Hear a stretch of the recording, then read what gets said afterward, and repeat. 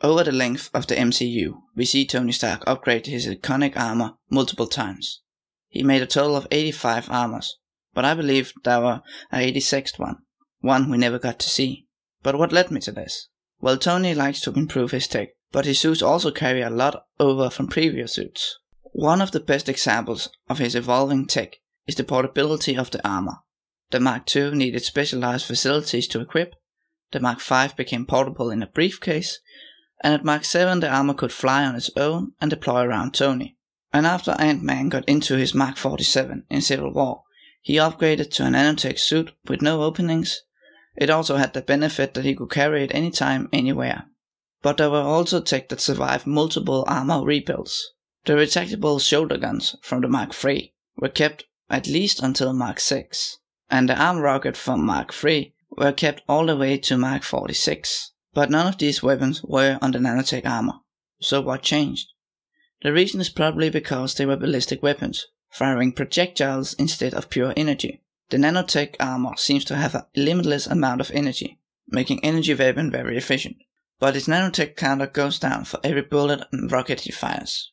We saw Tony run out of nanotech at the end of Infinity War. It was mainly due to battle damage, but some also were lost when he fired his missiles.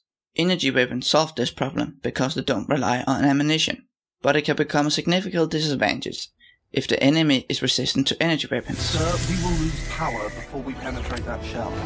Tony seems to partially redeemed it in Endgame, when he upgraded his shield to an energy shield. But my theory is that he also built a new armor for heavy combat. One that's more cumbersome but offers greater protection and have more weapons. I imagine a suit more like the older models, where there are large armor plates hiding weapons, such as his arm rocket, his leg mines and shoulder guns. However, these are connected by nanotech, giving him improved protection while making the armor joints as flexible as possible. This armor would be bigger and couldn't be stored on Tony's person. It will also need to form around Tony, making it less responsive to sudden threats. This is why Tony always had his Mark 85 on him. The mixed armor would benefit significantly by cannibalizing on his Mark 85. The mixed armor wouldn't in itself have more nanotech, but it could combine with the Mark 85 to repair any damage and generate additional ammunition without losing protection. If he lost his helmet, the combined armor could use Mark 85's nanotech to generate a new one, or the nanotech could be used to form hundreds of missiles instead of just 6.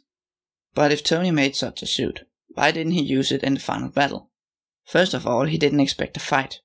Secondly, it might require special storage like the Iron Spider suit, and that was likely damaged or destroyed when Thanos attacked.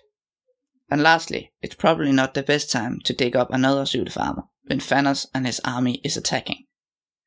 So that's why Tony used his Mark 85 in the final battle, but I still think there's more advanced armors somewhere in the rubble of the Avenger compound.